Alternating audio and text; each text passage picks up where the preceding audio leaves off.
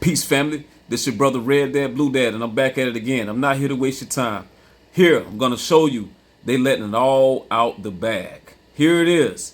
King Dingaling Larry Finch from Blackrock. It's all the way in Hong Kong, one of the largest hodl of money. Japan and China is one of the largest hodl of the American dollar. He's letting them know that cryptocurrency and blockchain is the way of the future. Digitalization, family. So I promise you, you're on the right side of history. I'm not gonna waste your time. Let these couple of minutes be the best minutes you ever heard, okay? And at the end of this video, I'm gonna show you some projects that you should be interested in. Let's go.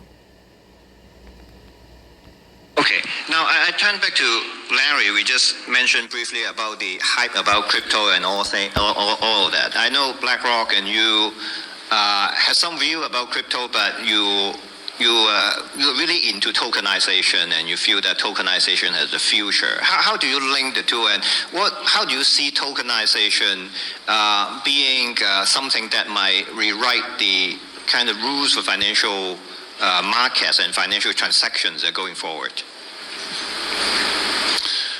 So most of BlackRock's business is a business of hope. You know, why would anybody invest for a 30-year outcome like retirement unless you're hopeful that in 30 years the outcome is better than keeping your money in a bank account?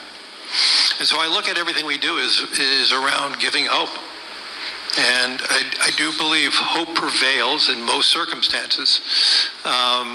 You know, if you go back to even the year 2000, and you invested in equities, let's say the S&P, and then there was a 40% downdraft in 2001. But if you invested in equities in 2000 and kept it until today, your compounded return would be about 8%. So despite the financial crisis, despite the dot-com boom, despite COVID, if you kept your money in a bank account, you would earn 1%.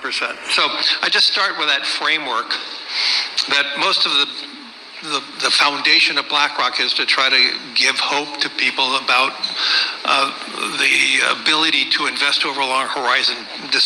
And I am an optimist that I do believe all the noise and all the ugliness we read, we actually mitigate most of it as human beings. And I do believe over a long period of time, hope prevails. Now, that being said, there is a role for gold, and there's a role for Bitcoin, which I believe are assets of fear. You own these instruments if you're frightened of the debasement of your currency. You own it if you have financial insecurities, or you own it if you have physical insecurities and worries. So that's one of the foundational issues of my journey in understanding crypto more. But today there's about $4.1 trillion sitting in digital wallets, growing very rapidly. Mm-hmm. It has caught attention to people around the world. A lot of men and women who are actually fearful of keeping all their money in their currency or storing it in their country where they live. But beyond that, the opportunity for tokenization is probably the most important component of how we are going to see the evolution of the financial plumbing of the world. There's just too many middlemen in so many different areas. Jenny talked about it earlier, but there's just way too many middlemen in the process. And the reality is, if we could tokenize all our ETFs, all $5.3 trillion of our ETFs, and provide that in a digital wallet, you could seamlessly, without fees, going from a digital currency or a stable coin or whatever that may be in your digital wallet and buy bond or stocks. And I believe that is going to be the future. I do believe more transactions are going to be done digitally with authentication of ownership. Now, obviously, should the whole financial system be on one blockchain? What does that mean? How do we protect ourselves? So there are obviously a lot of things we have to address to make that work. But I do see more and more of a future of having more and more financial assets being digitized, sitting in a in a singularity of a blockchain and going from cash to stocks to bonds back and forth, doing that seamlessly. And I do believe that is going to happen sooner, not later. Well, thank you. Family, every time he mentioned the bank, he say, every time he mentioned bank account, he say, he's speaking in codes. The brother mentioned 4.1 trillion. Let me show you what he's talking about in the digital wallet. Let me show you what he's talking. So here it is right here, family.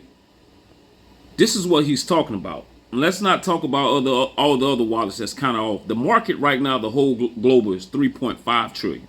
Okay? So whatever other ones he's talking about, that's the 4.1. Now imagine, he said 5 trillion of ETF money comes into the market. That puts us about around $8 trillion, family. Some of us been in this since 600 billion market cap, family. Some of us been here since 600 billion market cap. That's how you create generational wealth, by getting in the market cap wise early. Now, I told you to wait to the end of the video. I got some things you should hedge against. Now, remember, I gave the family XRP at 16 cents. Now it's $2 to $3, family, and the market cap is billions of dollars. I don't suggest if you're just coming in to buy that.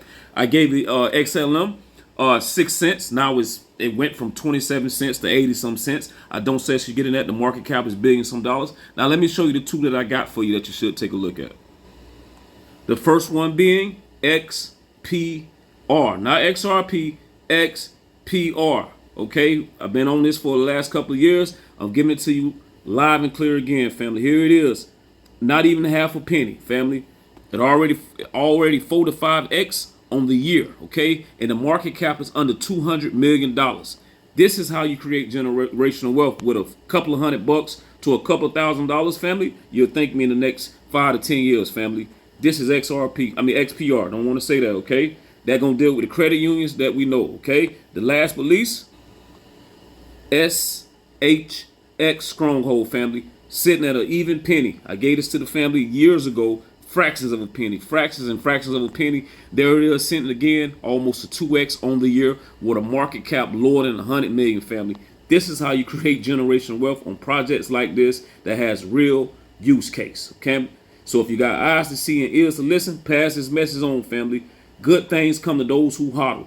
These guys are going around the world selling blockchain and cryptocurrency, family. So please have eyes to see and please have ears to listen. Share this message out. I'm out. Peace.